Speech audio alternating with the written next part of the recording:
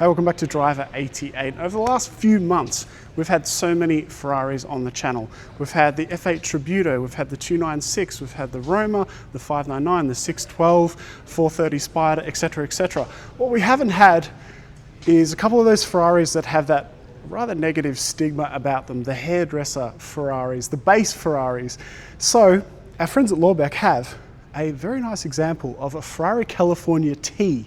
You probably know the original California from the 2000s, not the one from decades ago, had a fairly negative image placed upon it around its looks and its size, etc. Ferrari really ramped things up with the California T, so we're going to look at a 10-year-old example and see whether it's worth potentially looking at one for a used Grand Tourer, wind in your hair Ferrari. Let's go.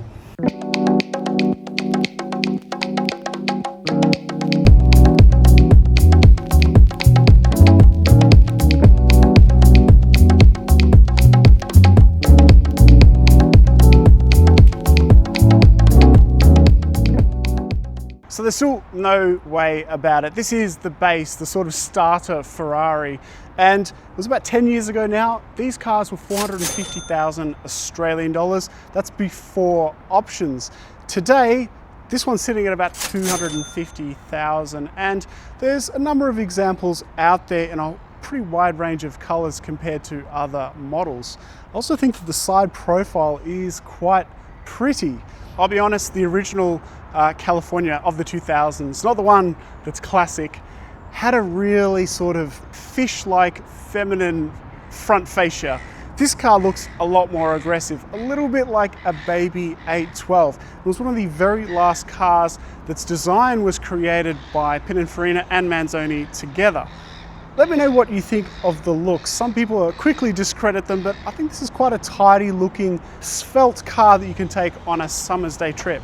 Now this is still undeniably a fairly small Ferrari. I'm only 180 centimeters tall and my head is almost just out the roof. The rear seats, however, unfortunately being a sort of 2+2, you can't really fit a large bit of luggage there. And also this seat isn't that far back. So you might be able to fit a small child in the back, but you're probably going to just be putting softer bags for your weekend away. Let's check the storage at the back though.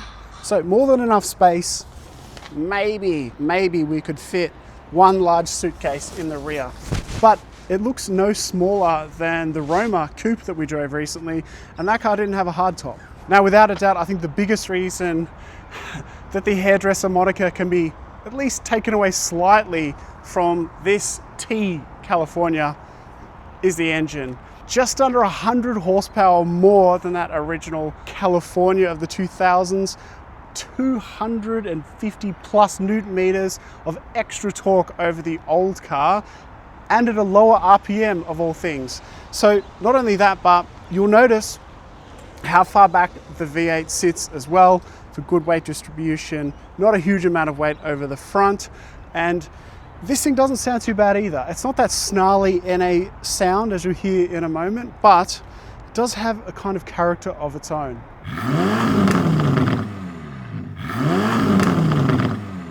So 0 to 100 turns up in 3.6 if you can get the rears to hook up, because they need to be warm. Top speed of 320 kilometers per hour from the hairdresser's car. Really, really strong performance from this V8, as we'll notice when we take for a drive now. So getting into your California T, particularly if you're in Australia and even more so Melbourne, if you want to drive one of these cars, you're just going to have to put up with the fact that people will call you or think of you as a wanker, because pretty much if you do anything out of the ordinary in certain cultures, you're seen as a wanker. But just own it, because you're in a twin turbo V8 Ferrari and this one sounds pretty good. I think it has a bit of an aftermarket exhaust. If only it would stop beeping at me all the time. We're very lucky today because we've picked possibly the one day in Melbourne's winter where the sun has come out. We've had like 9 days in a row of rain.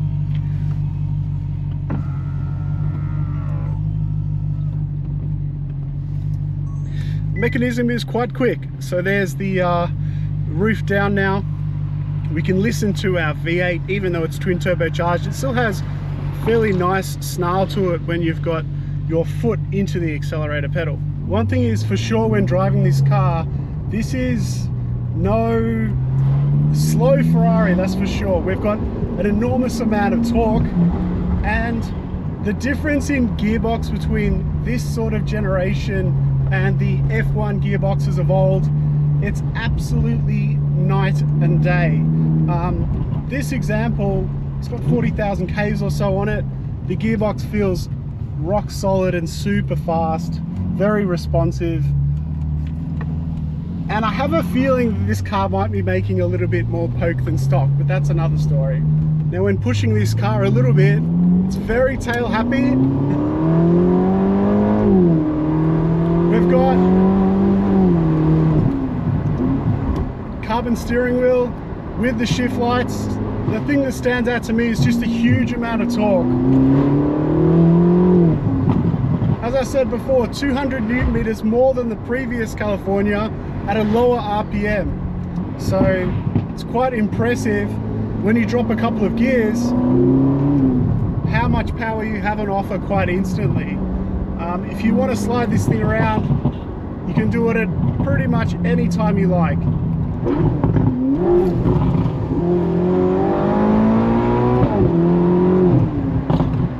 So in a lot of videos on YouTube these days, you see a lot of people, including myself with some cars, call an unpopular car underrated. But I think when I see how much discredit people type on the internet about Californias, California Ts, Portofinos, etc., I truly think these are underrated considering the performance and price. So not a cliche in this instance.